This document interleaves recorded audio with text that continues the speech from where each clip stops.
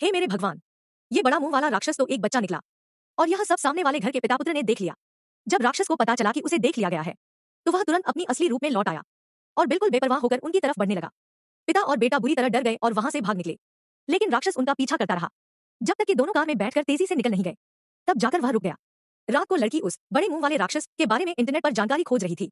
अचानक वह दरवाजा खोलकर घर में घुस आया। लड़की उसे देखकर बुरी तरह डर गई। राक्षस ने अपना बड़ा सफेद मुंह खोलकर उसकी ओर बढ़ना शुरू किया। लड़की डर के मारे झाड़ू उठाकर उसे मारने लगी, लेकिन उससे उसका कुछ नहीं बिगड़ा। राक्षस जैसे किसी ट्रैकर की तरह लड़की का पीछा करता रहा। लड़की भागकर अपने पिता के पास गई। उधर माँ ने देखा कि वही राक्षस सड़क पर चल रहा है, तो वह हैरान होकर पति से पूछने लगी कि यह सब क्या हो रहा है।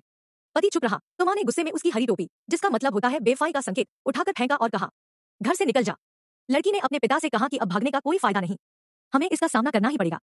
उसी वक्त राक्षस फिर उनके घर आ गया और आते ही उनके सामने घुटनों पर बैठ गया। अपना मुंह खोलकर उन्हें इशारा करने लगा कि वे उसके अंदर चले जाएं। यह देखकर दोनों परेशान हो गए, लेकिन राक्षस का इरादा उन्हें नुकसान पहुंचाने का नहीं लग रहा था। लड़की ने फैसला किया कि वह अंदर जाकर देखेगी कि आखिर माजरा क्या है। पिता मना भी नहीं कर पाया और लड़की अंदर चली गई। पिता भी मजबूरी में बेटी के पीछे चला गया। अंदर जाकर देखा तो राक्षस का मुंह अंदर से रंग बिरंगा और खूबसूरत था। राक्षस ने एक अजीब सी भाषा में उन्हें बताया कि वह कोई बुरा जीव नहीं, बल्कि स्वर्ग से आया हुआ एक फरिश्ता है।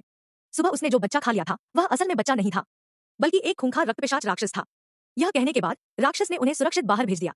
बाहर आकर पिता और बेटी दोनों जोर